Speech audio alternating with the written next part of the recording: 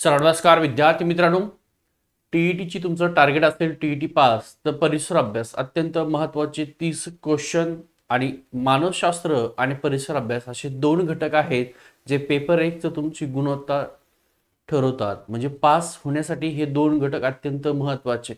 एक म्हणजे परिसर अभ्यास आणि दुसरा म्हणजे मानवशास्त्र.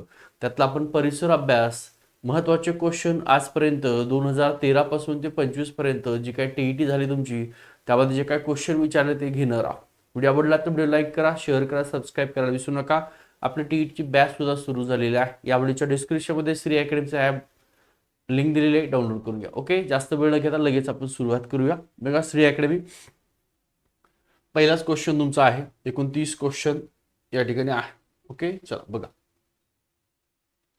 वातावरणामध्ये नायट्रोजन वायूचं प्रमाण किती टक्के आहे हा प्रश्न आहे आणि साधारणतः 2013 पासून ते 25 पर्यंत एकूण 4 प्रश्न याच्यावरती तुम्हाला परिसर अभ्यासावर विचारलेले आहे. वातावरणात नायट्रोजन वायूचं प्रमाण किती आहे? 21%, 78%, 03% की 09%. तर टोटल 78% एवढा वातावरणामध्ये नायट्रोजन आहे. ठीक आहे. त्यानंतर ऑक्सिजन तर तुम्हाला विचारला की वातावरणात एकूण ऑक्सिजन किती आहे, तर 21% त्या ठिकाणी ऑक्सिजन आहे आणि 0.3% कार्बन आहे. म्हणजे साधारणतः 21 आणि 78 विचार करत राहिलेला 1% जो आहे तर बाकीचे जे काही त्या ठिकाणी आहेत, आर्गॉन असेल, निगॉन असेल, ते सगळे टोटल वायू हे 1%, 0.1% मध्ये आहेत. त्याच्यामध्ये सगळ्यात जास्त तुम्हाला विचारतात हा 78% नायट्रोजन आणि ऑक्सिजन किती टक्के आहे, दोन्ही पण. त्याचं उत्तर आहे 78. पुढचा प्रश्न आहे जागतिक पर्यावरण दिन कधी आहे? जागतिक पर्यावरण दिन हा 2 ते 3 वेळेस क्वेश्चन रिपीट झालेला आहे. तर 5 जून, 5 जून हा काय आहे, जागतिक पर्यावरण दिन म्हणून साजरा केला जातो. पुढचं बघा, चेरापुंजी हे ठिकाण कोणत्या राज्यात आहे? आता चेरापुंजी जर पाहिले असेल तर भारतामध्ये सगळ्यात जास्त पाऊस एक मावशिनराव आणि चेरापुंजी या दोन ठिकाणी पडतो. तर दोन्ही ठिकाण इथं तुम्हाला चेरापुंजीला किंवा मावशिनराम हे सुद्धा देतील. तर कुठल्या राज्यामध्ये आहेत? मग आसाम, मिझोराम, मेघालय की मणिपूर? तर सर्वात जास्त पाऊस चेरापुंजी आणि मावशिनराम. तर हे ठिकाणी बघा, इथं तुम्हाला ढग दाखवलेला आहे, ढगफुटी झाल्यासारखा इकडे पाऊस मोठ्या प्रमाणात पडतो, इकडे सगळीकडे हिरवळ आहे, डोंगर दिसते. तर हे मेघालय राज्यामध्ये आहे. चेरापुंजी कोणत्या राज्यामध्ये? मेघालय. चेरापुंजी सुद्धा आणि मावशिनराव दोघंही मेघालय राज्यामध्ये आहे. त्यानंतर छत्रपती शिवाजी महाराजांच्या अष्टप्रधान मंडळामध्ये सेनापती कोण? एक शॉर्ट व्हिडिओ म्हणून छत्रपती शिवाजी महाराजांचं अष्टप्रधान मंडळ आपण घेतलेला आहे, तो पण व्हिडिओ बघून घ्या. त्यात सगळे डिटेलमध्ये तुम्हाला ट्रिक्स दिलेला आहे. तर छत्रपती शिवाजी महाराजांच्या अष्टप्रधान मंडळात सेनापती कोण होतो? याच्यामध्ये मोरेश्वर पंडितराव, तर लक्षात ठेवा हंबीरराव मोहिते हे सेनापती छत्रपती शिवाजी महाराजांचे अष्टप्रधान मंडळ होतं त्याच्यामध्ये होते. पुढचं बघा, आता ग्रामपंचायत संदर्भामध्ये ग्रामपंचायतीचा सचिव कोण असतो हा प्रश्न साधारणतः 8 वेळा विचारलेला आहे. ग्रामपंचायतीचा सचिव कोण असतो? सरपंच, तहसीलदार, ग्रामसेवक, गटविकास अधिकारी, बीडीओ. ठीक आहे. तर ग्रामपंचायतीचा सचिव हा ग्रामसेवक असतो. आता तुम्हाला ग्रामपंचायत दिलं, इथं तुम्हाला पंचायत समिती देतील. पंचायत समितीचा सचिव कोण आहे? तर पंचायत समितीचा सचिव कोण असतो? तर हा बीडीओ. ज्याला गटविकास अधिकारी म्हणतात हा पंचायत समितीचा सचिव असतो. कोण असतो? पंचायत समिती. मग आता ग्रामपंचायतचा सचिव ग्रामसेवक, पंचायत समिती सचिव बीडीओ आहे, गटविकास अधिकारी. तसंच तुम्हाला जर झडपीचा जर विचारलं सचिव कोण आहे, तर DYCU. कोण आहे? DYCU हा झडपीचा कोण असतो? सचिव असतो. कुठला एक प्रश्न विचार. आता टीईटीची आपली बॅच सुरू झाली. टीईटी बॅच तुम्हाला जॉईन करायची असेल तर हा नंबर लक्षात ठेवा, 9552 62 95 63. गोविंद नवल सर नावाने हा नंबर सेव्ह करा. बॅच जर टीईटीची जॉईन करायची असेल, टीईटी पास व्हायची असेल तर, कारण टीईटी मध्ये आपण शिकवताना तेच घेणार आहोत. 2013 जो काही टीईटी पेपर झाला ते 2025चा जो टीईटी पेपर झाला यामध्ये जे काही क्वेश्चन तुम्हाला विचारलेले आहेत त्यामध्ये सगळ्यात जास्त भर कशाला आहे आणि तुमची पासिंग कशी झाली पाहिजे ती म्हणजे ओपन मध्ये. म्हणजे तुम्हाला साधारणतः 150 पैकी 120 मार्क कसे येतील ते आपण या ठिकाणी संपूर्ण डिटेल घेणार आहोत. बॅच जॉईन करायची असेल तर या नंबरला संपर्क करा. फीस फक्त पेपर 1 ची 999 आहे, पेपर 2 ची सुद्धा 999. दोन्ही एकत्र लावले तर 1500 फीस आहे. फीस किती आहे? तर 999 रुपये फीस ठेवलेली आहे. ओके, चला पुढचा क्वेश्चन घेऊया. बघा, मानवी शरीरात एकूण किती हाडं आहेत? एकूण हाडं किती आहेत मानवी शरीरामध्ये? हा खूप वेळा प्रश्न रिपीट झालेला आहे सगळ्याच एक्झामला. तर किती? 206 हाडं आहे मानवी शरीरात. इकडे मानवी शरीर दाखवलं तुम्हाला. टोटल 206 हाडं आहेत. कशामध्ये कोणते आहेत काय ते तुम्हाला बॅच मध्ये शिकवलं जाईल. ओके, पुढचा क्वेश्चन बघा. इथं तुम्हाला एक दिलेला आहे. आता या इमेजवरून तुम्ही ओळखू शकता. घट्टाप्रभा हे अभयारण्य दिले कशासाठी प्रसिद्ध आहे? आणि हेच तुम्हाला प्रश्न विचारलाय कुठल्या राज्यामध्ये आहे? तर हे कर्नाटक राज्यामध्ये आहे. कुठं आहे? कर्नाटक. कर्नाटक या राज्यामध्ये आहे. आणि इकडे बघा पक्षी दिलं, याचा अर्थ हे कशासाठी प्रसिद्ध आहे? पक्ष्यांसाठी प्रसिद्ध आहे. पुढचा 8 नंबरचा क्वेश्चन बघा इकडं. अन्नाचं पचन. अन्नाचं पचन प्रामुख्याने कोणत्या अवयवामध्ये पूर्ण होत? कुठला अवयव आहे ज्या अवयवामध्ये हे अन्नाचं पचन पूर्ण होत? जठर, लहान आतडे, मोठे आतडे, यकृत. तर लहान आतड्यामध्ये या ठिकाणी काय होतं? अन्नाचं पचन होतं. इकडे तुम्हाला दाखवलेलं अन्नाचं पचन इमेज सुद्धा तुम्हाला दिलेली आहे. चला, याच प्रकारच्या इमेज सह तुम्हाला संपूर्ण बॅच मध्ये शिकवलं जाणार आहे. पुढचा 10 नंबरचा क्वेश्चन, 9 नंबरचा क्वेश्चन बघा. महाराष्ट्रातील सर्वात उंच शिखर कुठलं आहे? कुठलं? महाराष्ट्र सर्वात उंच शिखर. आणि इथं तुम्हाला त्या शिखराची इमेज दिलेली आहे. मग याचा क्रम सुद्धा तुम्हाला विचारतात. तर महाराष्ट्रात सर्वात उंच शिखर, मग त्याची उंची किती आहे? त्याची उंची 1646 मीटर. किती आहे? त्याचं नाव काय आहे? त्याचं नाव आहे कळसुबाई. मग तुम्हाला विचारलं की महाराष्ट्रातील सर्वात उंच पण 2 नंबरचं शिखर कुठलं आहे, असा जर प्रश्न विचारला तर तुम्हाला ती ट्रिक माहिती असणं गरजेचं आहे. बघा ट्रिक काय आहे? कसा मी हसतो. कसा मी हसतो ही ट्रिक आहे. क पासून कळसुबाई शिखर आहे. 1 नंबरचं कळसुबाई शिखर आहे. 2 नंबरचं साल्लेर आहे, हे साल्लेर आहे. 3 नंबरचं मी म्हणजे महाबळेश्वर आहे. ह म्हणजे स सप्तशृंगी, तो म्हणजे तोरणा. बघा कळसुबाई, साल्लेर, महाबळेश्वर, हरिश्चंद्रगड, स सप्तशृंगी आणि तो पासून तोरणा. कसा मी हसतो ही ट्रिक लक्षात ठेवा. जर तुम्हाला विचारलं की महाराष्ट्रातलं सर्वात उंच पण 2 नंबरचं शिखर कुठलं आहे किंवा 3 नंबरचं कुठलं आहे ते तुम्हाला माहिती असणं गरजेचं आहे. 1 नंबरचं कुठलं आहे ते कळसुबाई, त्याची उंची किती आहे? 1646 मीटर. ओके, पुढचा आहे 10 नंबरचा. सूर्यमालेतील सर्वात वेगवान ग्रह कुठला आहे? बघा आता सूर्यमालेतील सर्वात वेगवान ग्रह जर म्हटला इकडे लक्षात ठेवा, ही सूर्य, ही सूर्यमाला आहे पूर्ण. ठीक आहे, या सूर्यमालेत जर विचार केला आपण, बघा हा सूर्य आणि हा ग्रह आहे. हा सूर्याला सगळ्यात जवळचा ग्रह आहे. म्हणजे सूर्याला सगळ्यात जवळचा ग्रह आहे, याचा अर्थ तो कसा असेल? वेगवान, लवकर सूर्याला पूर्ण फेरी मारू. मग हा आहे बुध. कुठला आहे? बुध. बुध हा वेगवान ग्रह आहे. कसा आहे? सूर्यमालेतील सर्वात वेगवान ग्रह आहे किंवा सूर्याचा जवळचा. त्यानंतर इथं आहे बघा हा शुक्र. कुठला आहे?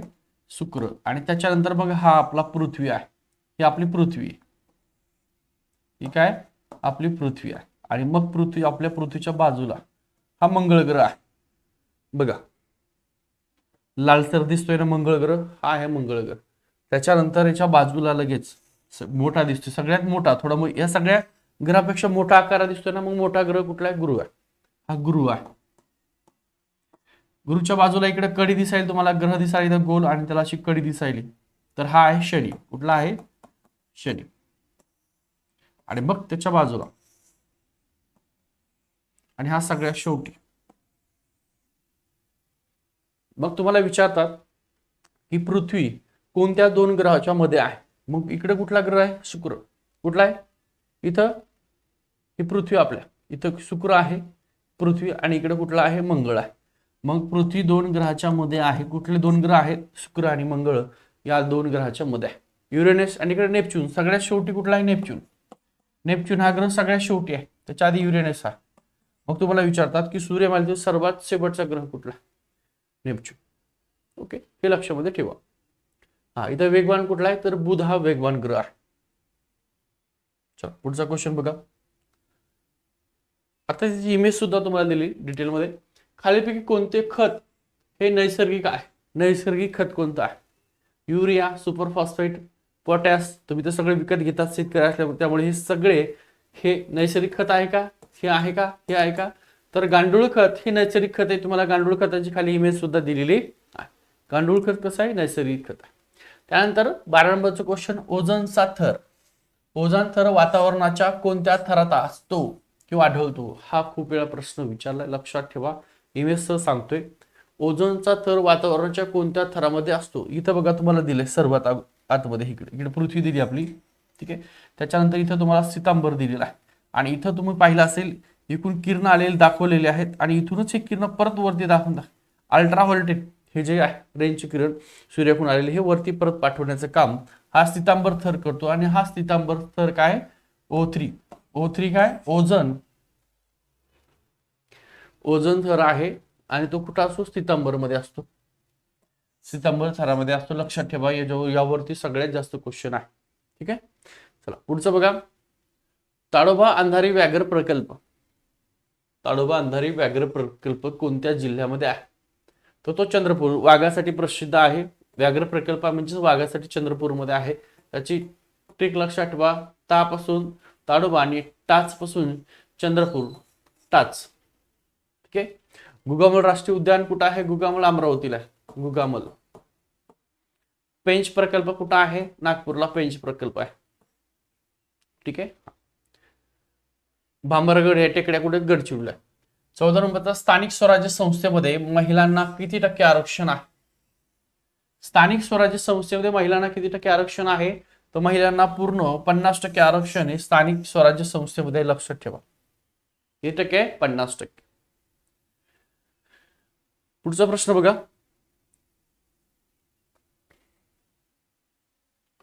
रक्तातील लोह आहे, लोहाच्या कमतरतेमुळे कोणता आजार होतो?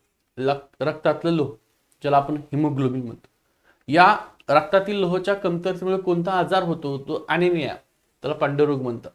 हा. स्कर्वी काय? क जीवनसत्व कमी असेल तर स्कर्वी होतो. ड जीवनसत्व कमी असेल तर मुडदूस होतो. आणि त्या ठिकाणी आयोडीन कमी असेल शरीरामध्ये तर गलगंड हा आजार होतो, आयोडीन, लक्षात ठेवा.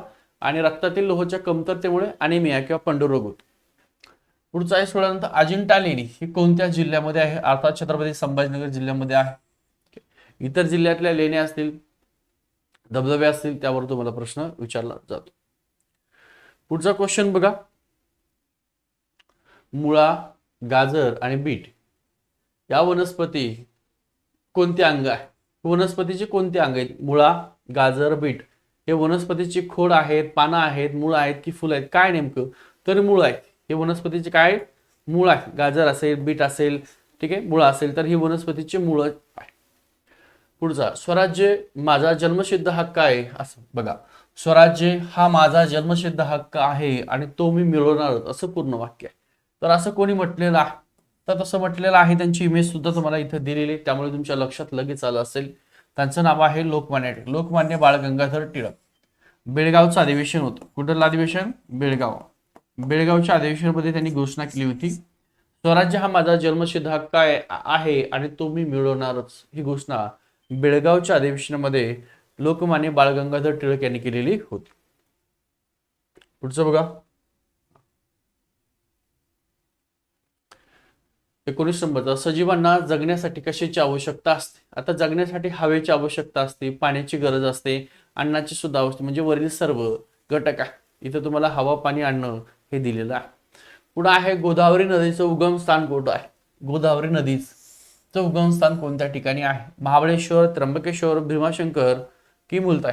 आता त्र्यंबकेश्वर, इथं जर तुम्ही गेला असाल तर त्र्यंबकेश्वरला, ठीक आहे, तर त्र्यंबकेश्वर मध्ये या गोदावरी नदीचा उगम आहे. वरती तुम्हाला दाखवलेलं, या वरती त्र्यंबकेश्वरला तुम्ही गेलात तर या प्रकारे तुम्हाला दिसेल गोदावरी नदीचं उगम स्थान आहे.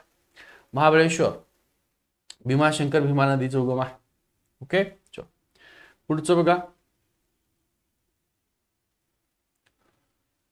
प्रकाश संश्लेषणासाठी वनस्पतींना कोणत्या वायूची गरज असते? आता प्रकाश संश्लेषण वनस्पती करतात, अन्न निर्माण करतात, बघ त्यासाठी वनस्पतीला कशाची आवश्यकता असते? तर बघा, या ठिकाणी nitrogen, oxygen, carbon dioxide, hydrogen. तर वनस्पती कार्बन डायऑक्साईड घेतात आणि ऑक्सिजन सोडतात, तर त्यांना गरज असते कशासाठी? प्रकाश संश्लेषणासाठी कार्बन डायऑक्साईडची. लक्षात ठेवा, इथं तुम्हाला इमेज दिलाय, एकूण पिवळं दाखवलेलं आहे ऑक्सिजन आणि इकडं ब्लॅक रंगात दाखवलेला आहे कार्बन डायऑक्साईड. ओके, चला. पंचायत राज व्यवस्था स्वीकारणारं पहिलं राज्य, पंचायत राज स्वीकारणारं पहिलं राज्य कुठलं आहे? तर राजस्थान आहे. 2 ऑक्टोबर 1959. 2 ऑक्टोबर 2 ऑक्टोबर गांधी जयंती 1959. या दिवशी राजस्थानमधील नागौर या ठिकाणी पहिलं पंचायत राज स्वीकारलं पहिलं राज्य राजस्थान आहे. त्यानंतर परत एक क्वेश्चन विचारलाय, 73व्या घटना दुरुस्ती लक्षात ठेवा. 73वी घटना दुरुस्ती, या 73व्या घटना दुरुस्तीनुसार पंचायत राज स्वीकारणारं पहिलं राज्य मध्य प्रदेश. कन्फ्यूज होऊ नका, प्रश्न काय नीट समजून घ्या. बघा प्रश्न काय आहे, प्रश्न आहे पंचायत राज व्यवस्था स्वीकारणारं पहिलं राज्य. असा जर प्रश्न असेल तर त्याचं उत्तर आहे राजस्थान. 2 ऑक्टोबर 1959 राजस्थानच्या नागौर या ठिकाणी पंचायत राज स्वीकार. त्यानंतर प्रश्न तुम्हाला असा विचारतील की 73वी घटना दुरुस्ती, 73वी घटना दुरुस्ती नुसार पंचायत राज स्वीकारणारं पहिलं राज्य कुठलं आहे? मग यावेळेस राजस्थान आहे, तर यावेळेस आहे मध्य प्रदेश. मध्य प्रदेश. 73व्या घटना दुरुस्तीनुसार पंचायत राज स्वीकारणारं पहिलं राज्य मध्य प्रदेश आणि पंचायत राज व्यवस्था स्वीकारणारं पहिलं राज्य म्हटलं तर राजस्थान. आणि जर तिथं 73व्या घटना दुरुस्तीचा उल्लेख असेल तर मग मध्य प्रदेश करायचं. ठीक आहे. हा, मग अशाच प्रकारे प्रश्न तुमचे चुकतात, दुसरं काही नाही प्रश्न चुकणार. हे सेम या प्रकारे तुमचे क्वेश्चन चुकले जातात. पुढचा क्वेश्चन बघा, जिल्हा परिषदेचा मुख्य प्रशासकीय अधिकारी कोण असतो? बघा आता तुम्हाला इथं सचिव विचारलंय का रे भावनो, जिल्हा परिषदेचा मुख्य प्रशासकीय अधिकारी कोण असतो असं विचारलंय, आणि तो असतो IS दर्जाचा. कोण असतो? IS दर्जाचा मुख्य कार्यकारी अधिकारी ज्यांना म्हणतात, ज्याला CEO म्हणतात, CEO. आणि जिल्हा परिषद सचिव DYCO. बघा DYCO हा जिल्हा परिषद सचिव असतो आणि जिल्हा परिषदेचा मुख्य प्रशासकीय अधिकारी हा असतो CEO, मुख्य कार्यकारी अधिकारी त्याला म्हणतात. ओके. पृथ्वीला स्वतःभोवती फिरण्यास किती वेळ लागतो? पृथ्वीला स्वतःभोवती फिरायचा किती वेळ लागतो? तर 24 तास लागतात. याला काय म्हणतात? अनेक तुम्हाला परिसर अभ्यास विचारलाय की पृथ्वी स्वतःभोवती फिरते त्याला काय म्हणतात? त्याला म्हणतात परिवलन. काय म्हणतात? परिवलन. आता पृथ्वीला सूर्याभोवती एक फेरी करण्यासाठी किती दिवस लागतात? 365 दिवस. त्याला काय म्हणतात? परिभ्रमण. परिभ्रमण करते. परिवलन म्हणजे स्वतःभोवती फिरणं, परिभ्रमण म्हणजे दुसऱ्याभोवती फिरणं.